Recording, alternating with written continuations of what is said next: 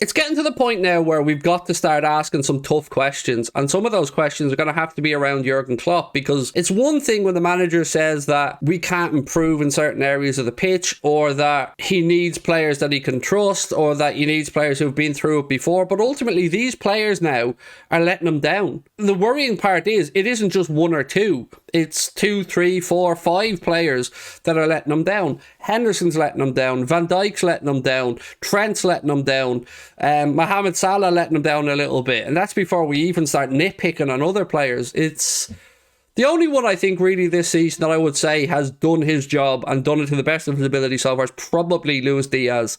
Harvey Elliott hasn't done too much wrong. He needs to work on the defensive side of his game a little bit, but the thing that got me yesterday was at halftime, Jurgen Klopp decided to leave Jordan Henderson on and whip off Fabio Carvalho. And honestly, I don't understand what message that sends to a player like Fabio Carvalho, who I thought was one of our brighter sparks in the first half. He gets taken off, Henderson gets left on. I don't know what message that sends. I really don't. It really confused me. And Jurgen Klopp looked like, I don't want to say looked like a beaten man, because that's not fair. I thought he was actually quite fair in his assessment of the game, in saying that if Brighton had left with nothing, they probably would have felt hard done by. I can understand what Klopp was thinking on that one. How are this bad? Is how are this soft? How are this mentally weak?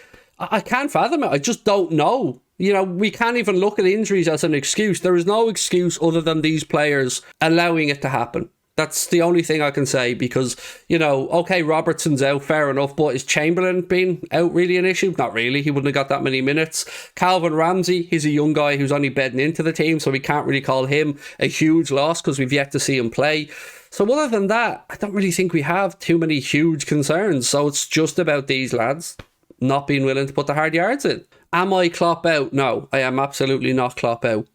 No, I am not. Where I am with Klopp is I'm giving him the benefit of the doubt that he's trying to build a second team, because I think we are at that juncture now where some players are over the hill, some players are maybe past their best. They will have individual performances now and again, but, you know, I look at the Calvin Ramseys, I look at Fabio Carvalho's, I look at, you know, Harvey Elliott and some other young players that we have, like young Pitaluga and obviously Cade Gordon. So there is a good crux of young players coming through, but we can't afford to cheap out on the players that we do need to buy in the areas that we do need to strengthen. So we need a world-class central midfielder. That is abundantly clear. You all know who it should be.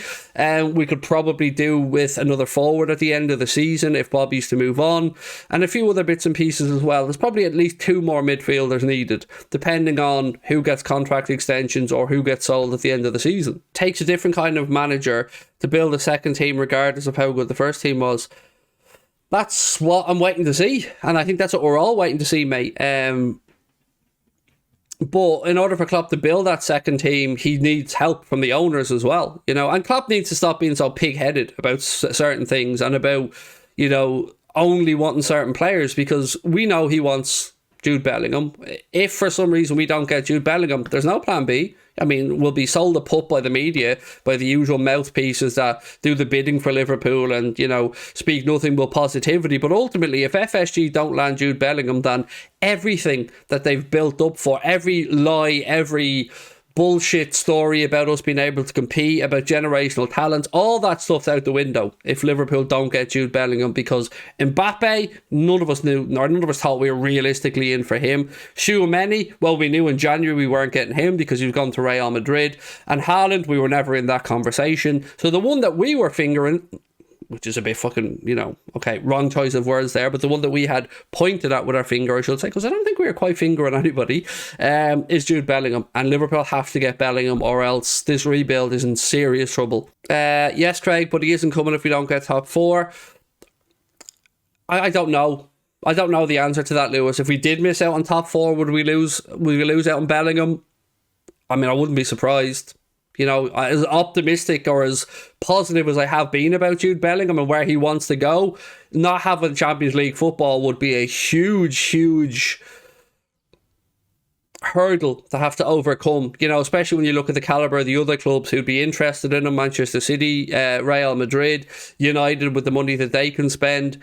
It's Yeah, we can't afford to allow ourselves to not be in the Champions League next season. And as of right now, there is quite a battle ahead of us to make sure that we get into that top four because we've no divine right to be there.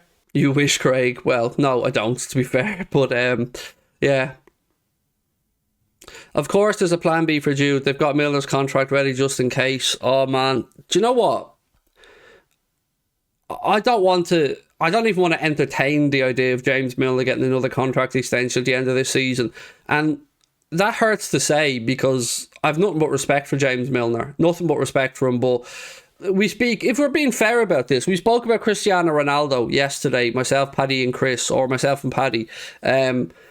And we're saying, like, time doesn't wait for anybody. You know, even the great Cristiano Ronaldo is past it now. Milner is the same. You know, I understand Klopp wants him around his leadership qualities and all this stuff, but ultimately, he's taken up a homegrown position in the squad and he's taken up a wage, and I'd rather see those minutes given to somebody with a future, because where's the leadership getting us at the minute? You know, having the Milners, the Hendersons around, the Van Dijks, the Allisons, we're not really doing much with those leaders now. Trent's in that leadership group as well. There's no leadership being shown from any of them. I think we have to start playing Darwin. You know, you can't bring somebody in like that and undermine them straight away, because it's not about him not being up to confidence. It just feels like Klopp thinks he can't trust them at this moment in time. But, you know, my point will be, you gotta get rid of somebody. You gotta get rid of somebody to play him, because he needs to play himself into form. And I think he won't shirk from the physical battle against Rangers. And I am expecting a physical battle on Tuesday.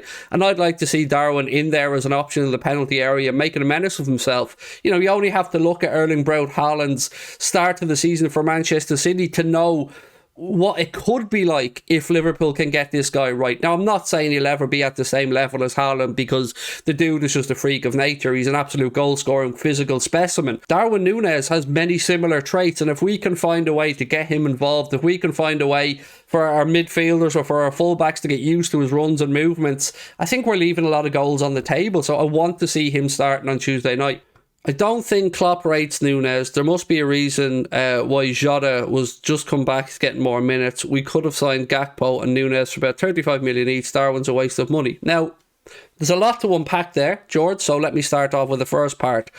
If Klopp doesn't rate Darwin, and I've got no idea if he does or doesn't, but if he doesn't rate Darwin, then we've got bigger fucking problems than we think we do. Because where was the scouting, and what were they seeing that all of a sudden they aren't seeing, if that's the case, you know? Because we've seen him firsthand, obviously, playing against us for Benfica, and I'm sure that the scouts would have watched him multiple times, and with Pep Lijnders' Portuguese contacts would have got a lot of feedback on him as well. So if Klopp doesn't rate him, then Klopp's in trouble, because that's you can't spunk that much money on somebody and then just not rate them. So something's not right there, I get you, but I don't know if it's Klopp not rating him. I don't think that's the case. Why is Jota come back and get more minutes? I guess trust, probably, like you've said. Klopp knows what he gets with Diogo Jota. And look, I'm always comfortable seeing Diogo Jota in the team, because he's a very good player and he's a great knack of scoring goals and stuff. So I've no issues with Diogo. But I am concerned as to why we're not seeing Darwin. If he doesn't start against Rangers on Tuesday night, I'm to say I'll be angry would be an understatement.